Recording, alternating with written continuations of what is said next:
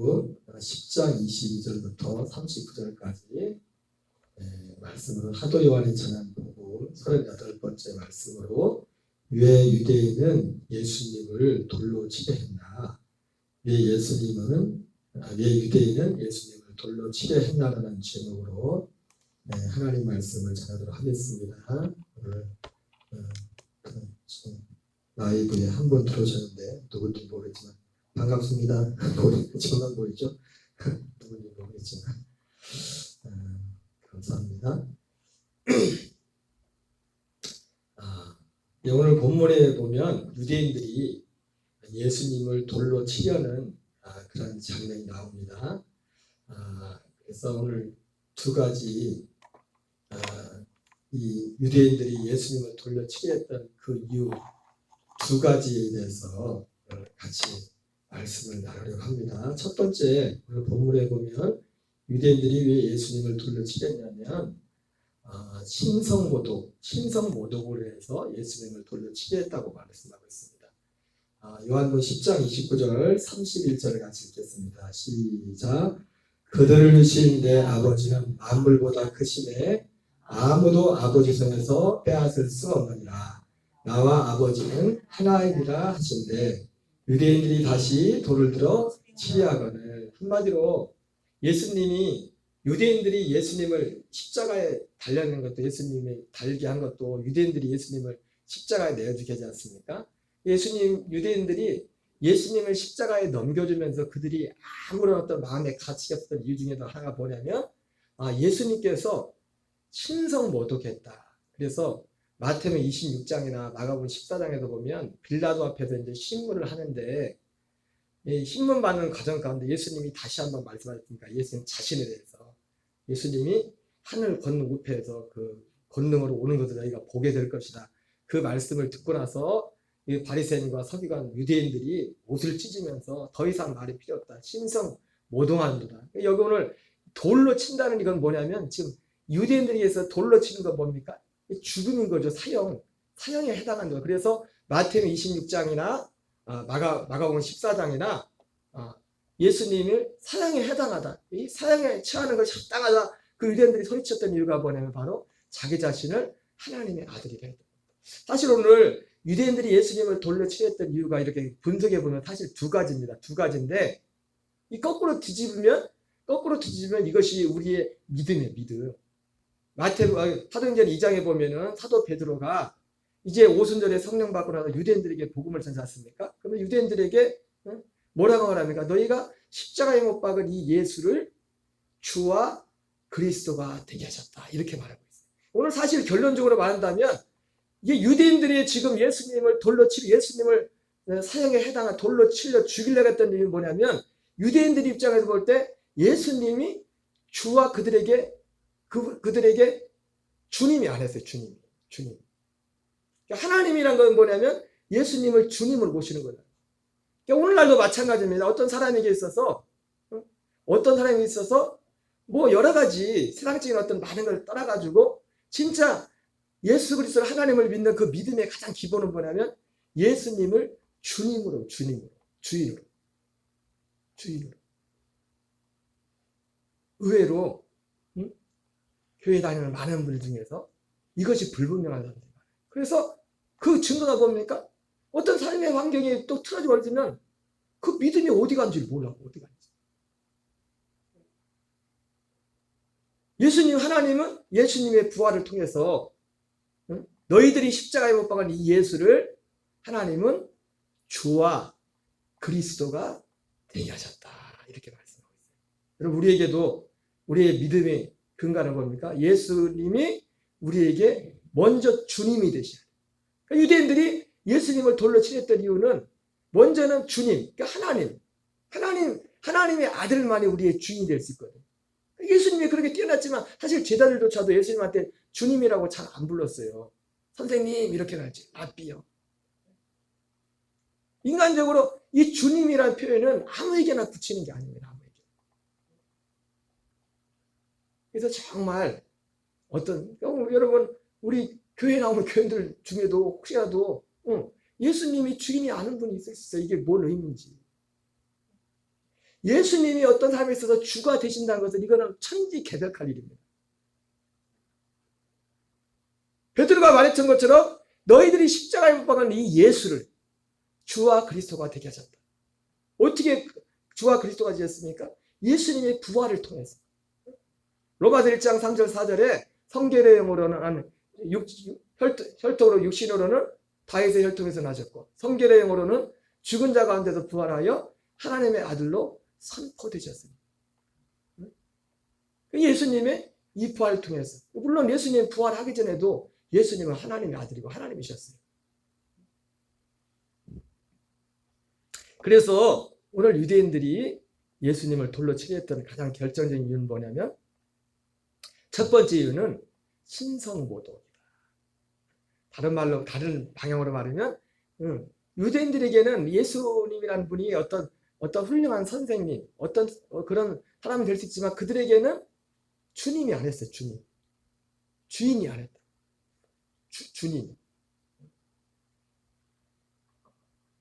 그래서 돌을 들어 치려 하거늘.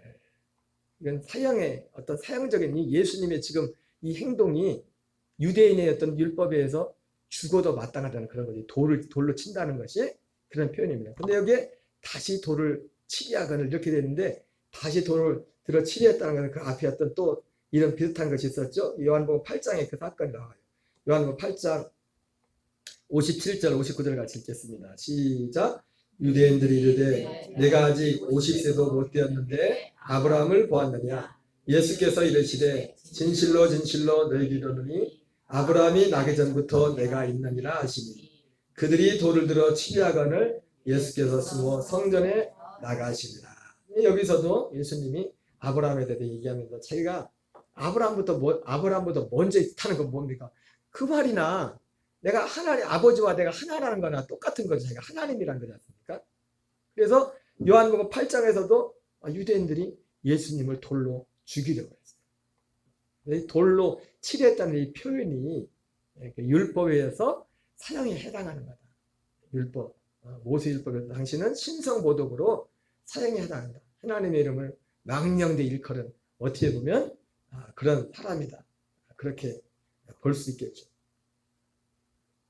요한복음 10장 32절 33절 읽겠습니다. 시작. 예수께서 대답하시되 내가 아버지로 말미암아 여러 가지 선한 일로 너에게 보였거늘 그 중에 어떤 일로 나를 돌로 치게 하느냐. 유대인들이 대답하되 선한 일로 말미암아 우리가 너를 돌로 치는 것이 아니라 신성모독으로 인함이니 내가 사람이 되어 자칭 하나님이라 함이로라. 10장 37, 39절에도 한 번 그런 표현이 더 나오죠. 예수님이 유대인이 이렇게 말하니까 예수님께서 우리가 성경 본문에 읽었던 것처럼 어떤 말씀을 빌드죠. 성경에도 하나님의 말씀을 받은 자는 다 신이라고 하였는데 하나님께서 보내셔서 거룩하게 하다니 아들애가 하나님이라는 게 뭐가 잘못됐냐. 그런 말씀을 예수님이 하십니다. 그리고 나서 37절 39절에 이어서 이런 말씀을 하시는 거예요. 같이 읽겠습니다. 만일 내가 내 아버지를 행하지 아니하거든 나를 믿지 말려니와 내가 행하거든 나를 믿지 아니할지라도 그 일을 믿으라. 그러면 너희가 아버지께서 내 안에 계시고 내가 아버지 안에 있음을 깨달으리라. 이게 무슨 말이에요? 아까 예수님이 말씀하신 아버지와 나는 하나다라는 이 말이나 아버지께서 내 안에 계시고 내가 아버지 안에 있다. 이 말이나 똑같은 말이죠. 그래서 그들이 다시 예수를 찾고자 하였으나 그 손에서 벗어나 나가십니다. 여러분, 우리 녹동감독에 나온 모든 교우들은 예수 그리스도가 주가 되시는 먼저 그 복이 있기 바랍니다. 예수님이 주님이 되시는 건 뭐냐면 예수님을 하나님의 아들, 하나님으로 믿는 거예요. 하나님으로. 그냥 사람이 아니라. 사람으로 오셨지만 하나님이십니다. 그래서 우리가 담대히 세상에 그 어떤 많이 배운 사람들이나 얼마 갔던 세상에 어떤 지위를 가졌을지라도 그분들이 예수 그리스도를 믿지 않는다면 우리가 담대히 전도할 수 있는 유일한 이유가 뭐냐면 그분이 하나님이기 때문에 그렇습니다. 예수님이 주님이기 때문에. 왜 굳이 굳이 꼭 교회를 나와야 되고 굳이 왜 예수님을 믿어야 되느냐. 다른 종교에 가도 뭐 이런 일 저런 일 기적도 있고 능력도 다 있는데 왜 굳이 예수님을 믿어야 되느냐. 예수 그리스도만이 주가 되시기 때문에 하나님의 아들이 되시기 때문에 그분이 부활로 말미암아 하나님의 아들로 선포. 사실 여러분 아까도 말씀했지만 여러분 이 믿음에 보면은 사실은 이 믿음은 천지개벽이에요. 천지개벽.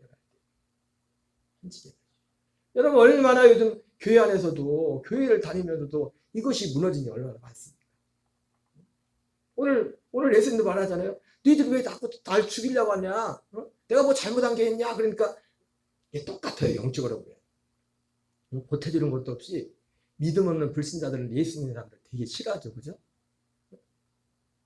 이유가 왜 싫어합니까? 오늘 말씀하고 똑같아요. 사실은. 예수님이 야 내가 뭐 잘못한 거 있냐? 왜 자꾸 내가 뭐 악한 일 했냐? 왜 나 자꾸 돌로 치려고 하느냐? 그랬을 때 유대인들이 하니까 선한 일로 말미암아 너를 치려고 하는 게 아니다. 네가 사람으로서 하나님의 아들이라고 하는 이것 때문에 너를 죽이려고 하는 거야. 예, 여러분 오늘날도요. 사람들이 아무리 선한 일을 해도 진짜 이 하나님의 영의 감동을 받지 못하고 세상의 악한 영에 잡히는 사람들은요. 이유 없이 예수 믿는 사람들을 싫어합니다. 왜? 선한 일 때문에 비호하는 게 아니에요. 오직 예수 그리스도만이 길이요 진리요 생명이 된다는 이것. 마치 오늘 이 유대인들이 예수님을 죽이려고 했던 이유나 세상이 예수 믿는 성도들을 그리스도인들을 싫어하는 그 이유나 사실은 들어가 보면 똑같아요. 이유는 하나. 예수님만이 주님이시라. 구주시라는 하나님이라는 이 진리. 여러분 우리는 이거는 절대로 양보할 수 없습니다. 만약에 이걸 양보한다면 굳이 교회 나올 필요 없어요. 뭐라 교회를 합니까? 뭐라 예수님 믿고? 그죠? 아까 사도 베드로가 오순절에 성령 받고 나서 유대인들에게 제일 처음 전했던 그거. 너희들이 십자가에 못 박은 이 예수를 첫 번째 주가 되게 하셨다. 주가 되게 하셨다. 하나님의 아들이라는 것을 선포했다는 겁니다. 주가. 그리고 두 번째는 뭐냐면 두 번째는 유대인들이 예수님을 돌려치렸던 이 직접적인 일은 아니지만은 또 다른 이유가 있어요. 그건 뭐냐면 여러분 두 가지가 다 중요합니다. 우리가 예수 그리스도를 믿을 때 예수님을 주님으로 믿어요. 주님으로. 그러나 주님으로 뿐만 아니라 누구로 믿어야 돼요? 그리스도로 믿어요. 그리스도로. 그러니까 베드로가 너희가 십자가에 못 박은 이 예수를 주와 그리스도가 되게 하셨다 그랬어요. 먼저는 순서도 틀리면 안 됩니다. 먼저 주가 되셔야 돼요. 이 예수 그리스도를 주님 하나님의 아들로 믿어야 돼요. 그리고 두 번째는 하나님의 아들인데 누구로요? 그리스도. 그것도 어떤 그리스도요? 하나님이 약속하신 그 그리스도를 믿어야 돼요. 그 그리스도. 유대인들은 오늘 예수님을 돌로 치려했던 이유가 오늘 기본적으로 제일 먼저 표면적으로 나타나는 것은 예수님이 신성모독했다는 그 이유로 예수님을 돌로 치려 했지만 두 번째 또 하나의 이유는 사실 뭐냐면 이들도 메시아를 기다리고 그리스도를 기다리던 사람이었잖아요. 그잖아요. 그래 안 그래요? 오늘 나오잖아요. 그래서 오늘 와서 물어보잖아요. 10장 20절 4절에 한번 읽어볼까요? 시작. 예루살렘에 순절이 이르니 때는 겨울이라 예수께서 성전한 솔로몬 행각에서 거내시니 유대인들이 에워싸고 이르되 당신이 언제까지나 우리 마음을 의욕하게 하려 하시나이까 그리스도면 밝히 말씀하소서 하니. 자, 무슨 말이에요? 이 유대인들도 그리스도를 기다리고 있었던 사람들이에요. 그리스도를. 근데 유대인들이 그리스도를 기다리고 있었는데 유대인들이 기다렸던 그리스도는 자기들이 볼 때 지금 이 예수님이 그리스도잖아요. 그리스도로 오신 거잖아요. 여러분 하나님이 약속하신 그리스도는 누가 하나님이 약속하신 그리스도라고 했어요? 첫 번째 뭐라고 했어요? 하나님이 약속하신 그리스도는? 왜 대답을 안 하세요? 이사야 7장 14절 말씀처럼 처녀가 잉태하여 아들을 낳으리니 그 이름을 임마누엘 하리라. 그리스도가 되려면 그 약속된 그것 하나님 약속인 그 약속을 모든 걸 다 성취해야 돼요. 다 성취하고서 결국 이제 십자가에 죽으시고 부활하시고 나서 다시 두 번째 나타나시는 하나님은 그 모든 과정을 다 거치신 그분이 우리의 그리스도가 되신다고 했어요. 물론 지금 예수님 육체로 오신 예수님도 그리스도예요. 그리스도로 오셨기 때문에. 그러나 그리스도로 온전히 증명되는 언제 죽음과 부활을 통해서 이제 그리스도인이 증명이 되죠. 그러니까 어쨌든 유대인들이 예수님을 돌려치렸던 이유는 뭐냐면 아까 첫 번째는 신성모독을 말했지만 예수님을 주로 믿지 않았어요. 주님. 여러분 오늘도 얼마든지 교회를 수십 년 다녀도 예수님을 주로 믿지 않다면 어느 순간에 예수님을 등지고 떠날 수가 있어요. 어떤 조건만. 그러나 믿음이란 것은 예수님을 주님으로만 모시는 게 아니라 그분을 그리스도로 믿어야 돼요. 그래서 베드로도 이 예수를 주와 그리스도가 되게 하셨다. 근데 유대인들은 뭐예요? 이 예수님을 주님으로도 믿지 않았을 뿐만 아니라 유대인들이 예수님을 주님으로 받아들이지 않고 적극적으로 예수님을 배척하고 죽이려까지 했던 이유는 뭡니까? 또 여러 가지 이유가 있겠지만은 유대인들은 다른 그리스도를, 다른 메시아를 기다리고 있었기 때문에. 또 반대로 예수님이 십자가 지시기 전에도 니고디모 같은 사람은 그 유대인이고 바리새인이고 유대인의 관원이고 그 사람이었지만 어쨌든 그가 물론 밤에 몰래 갔지만은 이 유대인들과는 달랐잖아요. 그래서 실제 가가지고 진지하게 이 믿음에 물어보고 나중에는 보면은 예수님이 십자가 이전에도 사람들이 예수님에 대해서 막 잘못된 얘기를 할 때 뒤에 가면 유대인 그 니고데모가 적극적으로 예수님 편을 들잖아요. 근데 예수님 편 든다는 게 사실은 별로 자기에게 이득될 게 아무것도 없어요. 그런데 적극적으로도 예수님의 편을 들어요. 그 마음의 중심.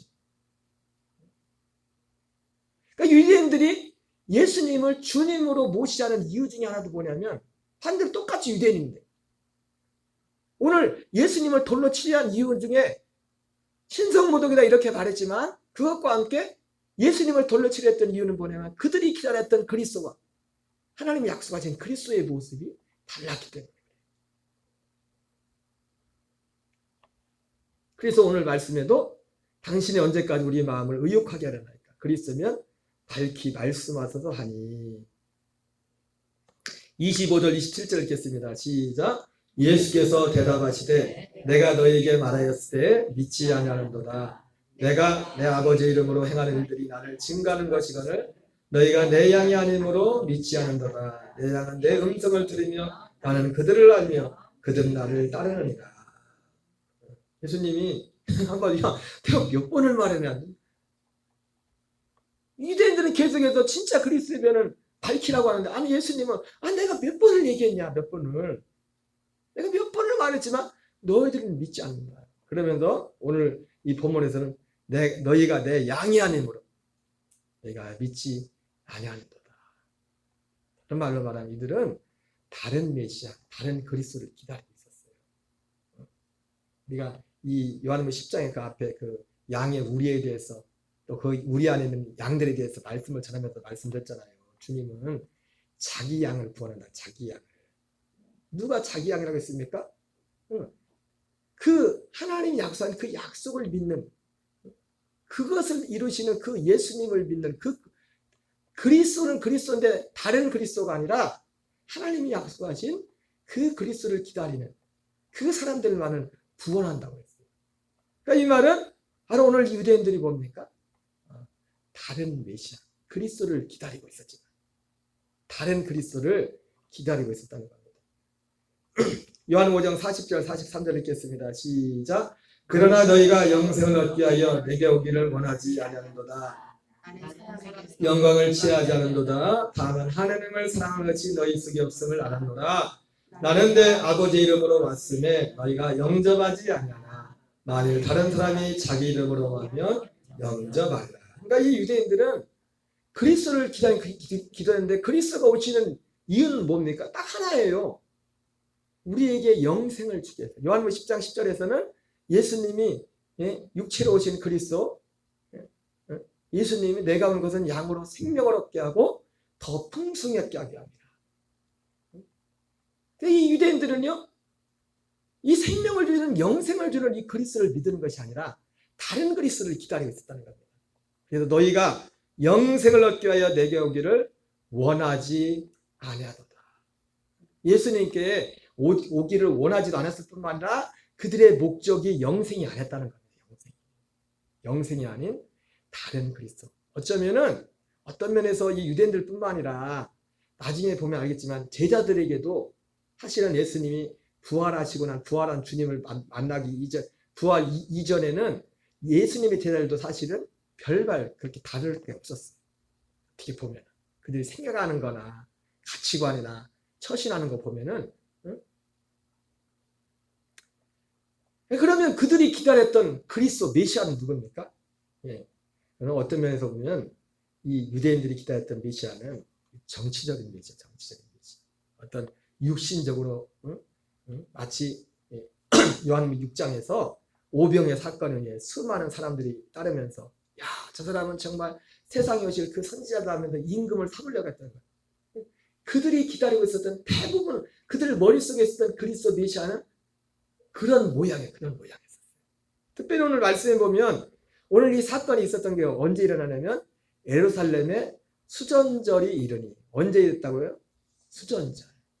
여러분, 우리가 성경에 유대인들의 그 절기, 유대인들의 절기가 아닙니다. 여호와의 절기, 여호와의 절기. 무슨 절기라고요? 이 절기는, 성경 안에 이 절기는 유대인들을 위해서만 있는 절기가 아니에요. 온 인류를 위한 절기입니다. 왜냐하면 그래서 7대 절기가 있지 않습니까? 7대 절기. 7대 절기가 뭐죠? 유월절, 무교절, 초실절, 오순절, 나팔절, 대속제일, 장막절, 초막절이라고 7대 절기가 있죠. 그러니까 이 7대 절기의 모든 특징은 뭐냐면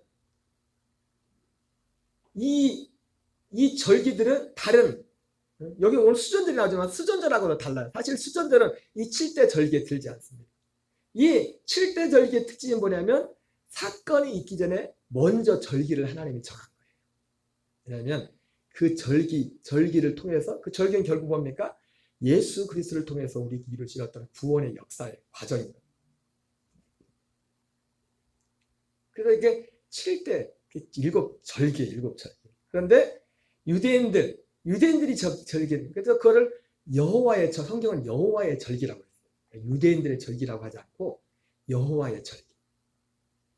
그런데 성경에 보면은 이런 7대 절기와 다르게 7대 절기의 특징은 사건이 있기 전에 먼저 절기가 있었다 했죠. 그죠? 근데 여기 나오는 수전절이나 또 하나의 유대인들의 절기가 아니라 부림절이라는 거예요. 부림절은 뭐죠? 에스더서에서 이스라엘이 다 망하게 됐는데 그 하만의 손에서 구원받는 그거를 기념하면서 기뻐하면서 지키는 그 절기가 부림절. 그 부림절과 함께 유대인들의 또 하나 절기가 뭐냐면 수전절. 수전절은 절기가 언제래요? 겨울에 12월 달에 12월 중순쯤에 있는 절기.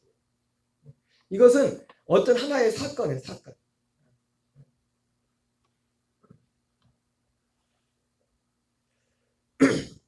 어떤 이 사건과 관련된 겁니다. 사건과. 이건 뭐냐면 유대인들이 이 수전절이라는 것은, 여러분 제가 새벽에도 얼핏 말씀을 잠깐 드렸지만은 유대인들이 하나님이 지금 뭐 이스라엘 영토 분쟁 때문에 지금 뭐 난리지 않습니까? 난리도 아닌데. 그리고 참 곰곰이 생각해 보니까 이따 뒤에도 보지만 2000년 전에 제자들이 예수님 승천하실 때 물어보잖아요. 예수님, 그건 그렇고 이스라엘을 회복하시면 언제니까? 이렇게 물어봤단 말이에요. 물어볼 수 있죠, 그죠? 우리 많이 말하잖아요. 우리에게는 조국이 그리스도인 조국이 둘이 있다고. 저 하나님의 나라가 있고 또 지금 우리 육신 조국이 있다고 말하는데 제자들이 물어본단 말이에요. 사도행전에서.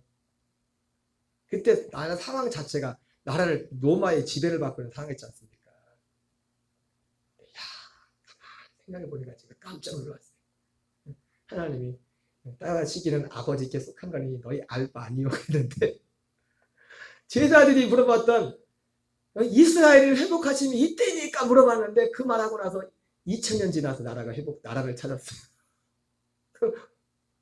무슨 말인지 모르세요? 제자들이 예수님 승천하실 때 이스라엘을 회복하심이 이때니까 물어본 게 AD 35, 34년, 30년쯤 됐을 때잖아요. 근데 1948년도에 나라를 찾았다고요. 1900년 만에. 그 말 하고 나서. 물어보고.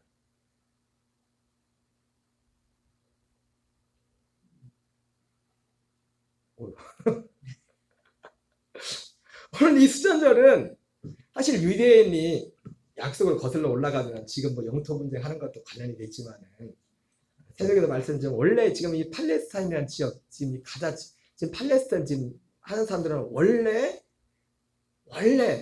이 이스라엘 이 지역에 살던 원주민들이 아니에요. 관련 없는 사람들이 지금 가다 지고 있는 사람들도 그렇고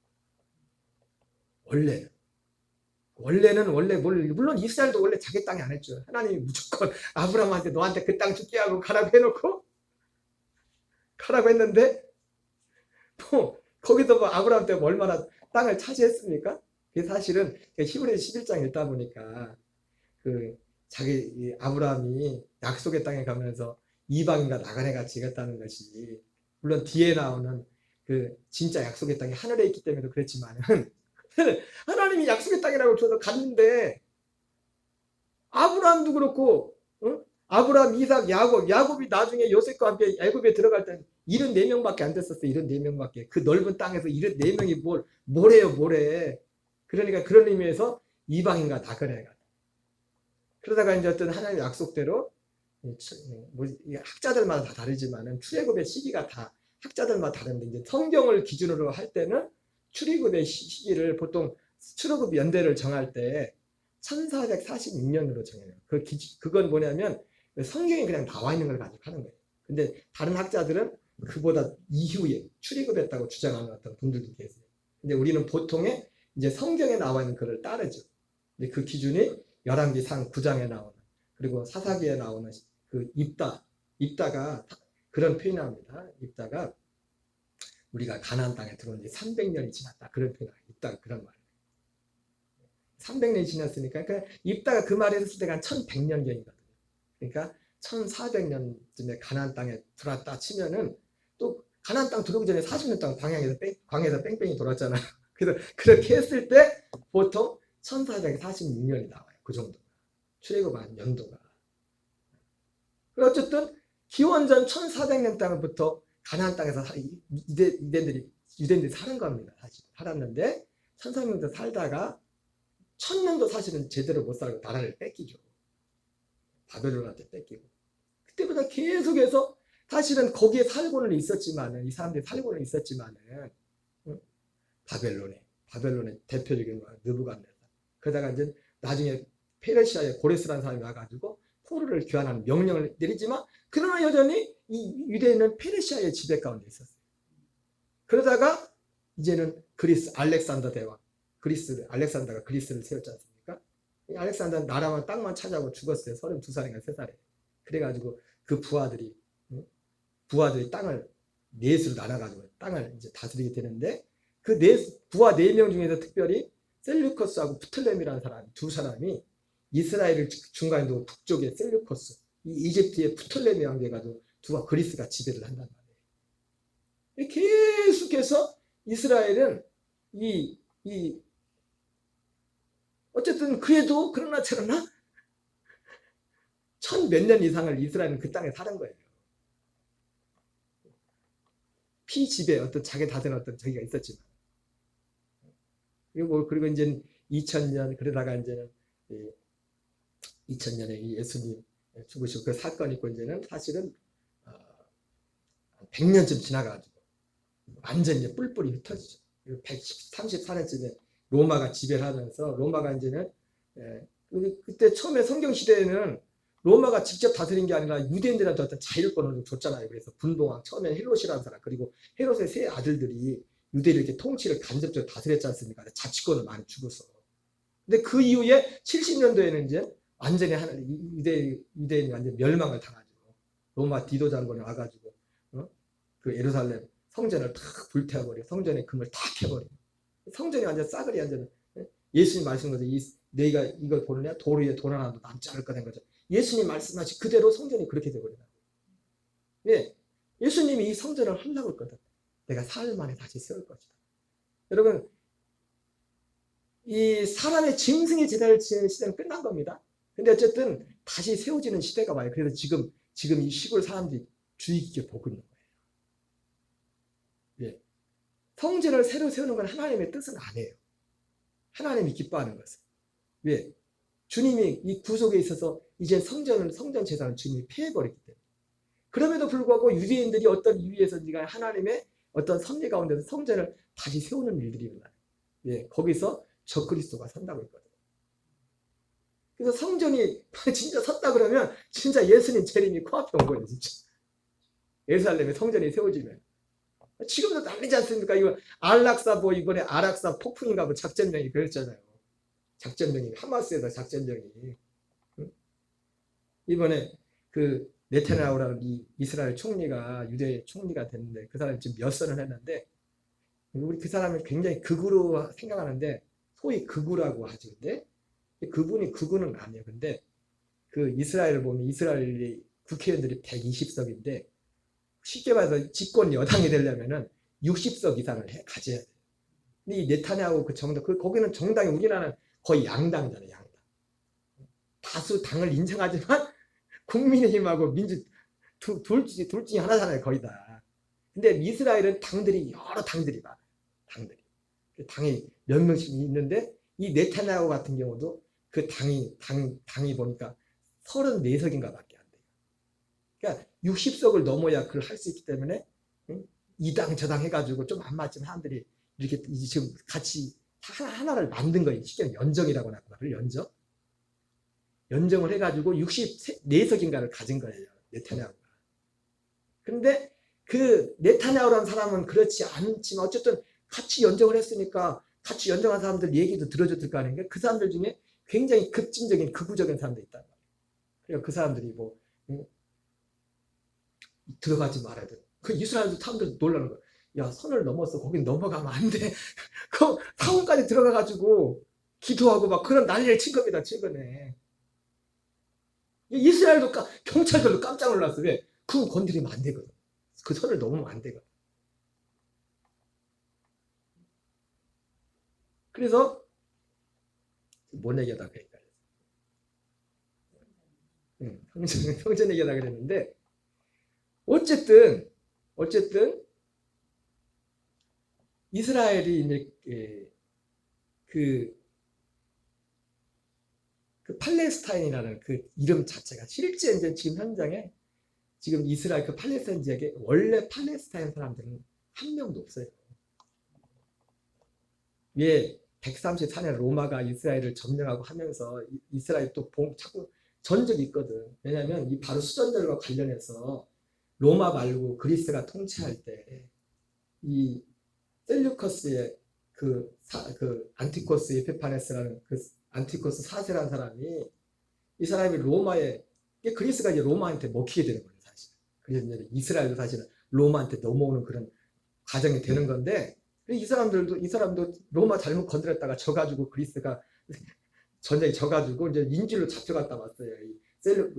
안티코스 에피파네스라는 사람이 4세도. 그 사람이 잡혀갔다 오면서 진짜 로마 무서운 놈들이 하면서 그 로마를 자세히 연구했겠지. 인지로 가가지고 우리 어떻게 해야 될까. 연구해서 내린 결론이 뭐냐면 우리도 이게 원래 이 역사적으로 보면 그리스가 이제 그 북쪽에는 쉽게 말해서 옛날에 페르시아, 바벨론 이쪽 지배하던 그쪽은 셀류커스가 그리고 이집트에는 프톨레미가 이렇게 통치를 했었거든요. 근데 초창기에 그래서 프톨레미가 먼저 유대에 대한 자치권을 힘을 가지고 있었어요. 왜냐하면 이집트를 이제 그 그리스에서 점령을 했는데 이집트는 굉장히 단일 하나고 굉장히 수능적이에요. 그래가지고 통치하기가 너무 쉽다. 그래가지고 프톨레미에서 먼저 유대인들을 지배를 했었다고. 근데 시간이 지나면서 처음엔 왜 위에 쪽이 힘들었냐? 위에 애들은 그 그리스가 점령을 했지만 너무 트세 애들이. 페르시아나 바벨로나 그쪽 사람 너무 드대가지고 그거 추스리기도 힘들어요. 그래가지고 원래 처음에 시작한 프톨레미가 이제 유대인을 지배하다 나중에 그것이 어느 시기에 이제는 프톨레미도 임금이 항상 지배되는 임금만 있는 게 아니잖아요. 잘하다가 이제 완전히 말아먹는 임금이 나오니까 이제 셀루커스로 이제 넘어가 버린 겁니다. 그러다 이제는 어쨌든 셀루커스도 이제 이 로마가 등장하면서 로마한테 먹히면서 그런 과정 중에 어쨌든 완전히 먹힌 건 아니지만 셀루커스 왕제 이 안티코스 에피파네스가 이제는 인지로 갔다 오면서 뭐랄까 하다가 이제 로마의 강점보다 어떤 하나로 뭔가를 통일해야 되겠다 그래가지고 거기에 많은 수많은 그 뭐 이스라엘까지 포함해서 수많은 그 피지배 국가들이 있었는데 이게 이 안티코스가 했던 이 정책이 유대인들만을 박해를 하려고 했던 건 아니에요. 어떤 하나의 어떤 정책에서 단일 대우로 가기 위해서 적극적인 어떤 헬라와 정책을 그리스 모든 사람을 그리스화하는 그런 정책을 하는 거예요. 그러는 것 중에 하나가 이 유대인들 예루살렘 성전 같은데 그 성전에 이 성전 제사를 피해버린 겁니다. 할례도 못하게 하고 제사도 못 드리게 하고 거기 심지어 거기다 제우스 신을 세우고 그리고 거기다 이제 돼지 제사를 드리고 난리가 이 유대인들이 뚜껑이 열린 겁니다. 선을 넘치마자 선을 넘은 거예요. 그래서 그게 이제는 167년 기원전 167년에 이 안티코스 에피파네스가 그 일을 한 겁니다. 그러니까 이제 처음부터 강력한 게 아니라 이제 여론을 이렇게 해서 자유롭게 하려고 그 제일 어른된 제사장 중에 한 사람이 마따디아라는 사람을 불러다가 회의를 합니다. 그래서 당신이 원하는 거 다 들을 테니까 당신이 앞장서서 당신이 존경받는 사람이니까 먼저 가서 돼지 제사를 지금 이렇게 했는데 이 사람이 내가 살면 얼마나 산다고 내가 그 짓을 하냐. 그래가지고 이 사람이 반대를 했는데 그래도 이 사람 이 그리스에서 다른 사람을 회유해가지고 이제 예루살렘 성전에도 그 일을 하는 겁니다. 그때 바로 이 마따디아가 그 아들들 5명의 아들들이 있었거든요. 5명의 아들들과 함께 거기를 그 예루살렘 성전을 더럽히 그 그리스인들과 거기에 동참했던 유대인들 다 죽여버려요. 그래서 저기 원래 모딘이라는 곳에 살다가 고프나 산지라는 곳으로 도망을 가요. 이제 그리스에서 군대를 보냈죠. 군대를 보냈는데도 어쨌든 그 어떤 게릴라 전술로 인해 가지고 미국이 아프가니스탄하고 베트남 가서 그 미국이 졌잖아요. 게릴라 전하고 못 이기는 거예요. 치고 빠지면 아프가니스탄에서 미국이 손들고 나왔고 베트남에서도 손들고 나왔잖아요. 수많은 몇 배의 병력을 가지고 오는데도 근데 거기에 가서 이제 고프나 산지에 갔는데 거기에 누가 있었냐면 하시딘이라는 그런 사람들이 있었어요. 이런 종교의 순결을 지켜야 이 사람들은 어떤 정치적인 어떤 그런 건 없었어요. 그냥 종교의 어디 자유를. 그런데 어쨌든 같이 하나가 됩니다. 왜 이걸 성전 회복해야 되니까. 그래서 3년 만에 우여곡절 끝에 3년 만에 이 성전을 다시 찾아요. 성전 제사를 해요. 그래서 그날을 그것도 정확히 거의 딱 3년 만에 그날. 그래서 이것을 수전절이라고 한우카라고도 하고 수전절인 거예요. 근데 여기서 끝나는 게 아니라 아까 말했던 하시딘 같은 경우는 정치적인 그런 야망, 종교적인 자유만 주는데. 근데 그걸 알고서 그리스에서는 그걸 이용해 가지고 이 하시딘들을 달래려고 하거든요. 실제로 대제사장도 파견을 하고 실제 정통성 있는 그들의 요구를 들어줘요. 그래서 하시딘은 거기서 이 사람들은 뭐 정치적인 목적은 없거든. 그래가지고 이제는 이들은 그 마카비. 왜 마카비라고 하냐면 이 마카비가 그 아들이 이제 유다인데 별명이에요. 별명. 망치라는 뜻이 망치. 예, 왜냐면 너무 이 유다가 싸움을 잘해가지고 망치 같은 타격을 준다고 해가지고 별명이 마카비예요. 마카비. 그래가지고 아버지가 그래서 그 왕조가 결국 나중에 이제는 이런 167년에 이렇게 이제는 이 안티코스 에피파네스가 성전을 더럽혀가지고 그런 일이 있었는데 20년 동안 결국 나중에 전쟁을 해요. 이 하시딘들은 그냥 아유 좋아 이제 우리 종교적인 자유만 끝났어 그러는데 이 사람들은 안 돼. 종교적 자유만 가지고는 안 돼. 그래가지고 이제 이 나라까지 찾고 나는 그런 싸움들을 시작한 겁니다. 그래가 한 20년에 걸쳐가지고 167년들이 있었는데 142년도에 실제로 왕조가 세워져요. 그래서 유대 역사다. 그 전에 나라도 없었잖아요. 지금 계속 지금 다른 나라에 지배 가운데 있잖아요. 거의 뭐 물론 그 전쟁한 시기까지 치자면 100년이고 그 전쟁한 시기 빼면 80년 동안 독립국가를 유지했던 역사에 별로 없었던. 그리고 나서 로마가 와서 로마한테 나라를 먹히는 거예요. 그리고 있다가 80년. 어떻게 보면 그리고 그 마카비 시대에 이 마카비 이 수전제라는 건 단지 유대인들에게서는 단지 성전을 봉헌하는 그 이상의 의미가 있어요. 솔로몬 시대 그 이상만큼의 영토를 확장합니다. 그때 땅을 가지게 돼요. 이스라엘. 그러나 이들이 기다렸던 그리스도는 메시아는 어떤 그리스도예요? 그리스도가 왔어요. 이게 마카비아 같은 어떻게 보면 다윗과 같은 솔로몬 같은 이런 땅을. 참 그런데 아까도 말했잖아요. 그러니까 예수님 이게 얼마나 저기 했으면 예수님의 제자들조차도 부활하신 주님을 만나고 40일 동안 하나님 나라에 대한 그 말씀을 듣고 나서도 예수님 승천하면서 뭘 물어봐요. 근데 예수님 이스라엘 회복하시기 언제입니까? 그러니까 그들이 생각했던 이스라엘 회복을 어떻게 보면 그 마카비 시대 그때를 꿈꿨을지도 몰라요. 바로 직접 얼마 전이니까 100여년 전. 어떻게 보면 다윗 시대, 솔로몬 시대. 근데 아까 말했죠. 제자들이 그렇게 말하고 나서 얼마 걸렸어요? 그것도 지금 땅이 넓어져서 그랬지 그때는 얼마 얻지도 못했어요. 영국이 마지막 영국 통치하다가 로마가 지배하다가 비잔틴 제국이 지배하다가 그 다음에 이제 이슬람은 600년대 이슬람이라는 게 생기잖아요. 이슬람이 지배하다가 십자군이 지배하다가 역사 보면 또 이슬람이 지배하다가 뭐 오스만 터키가 지배하다가 마지막에 이제 영국이 지배하다가 이미 그 이전에 이스라엘 사람들은 다 전 세계로 흩어졌죠. 다 추방당했어요. 하나님의 관심이 정말 그러니까 하나님이 아브라함, 이삭, 야곱도 약속의 땅에 거하면서도 그러나 그들이 터가 있는 하늘에 지으실 터가 있는 그 성을 바라봤대지 않습니까?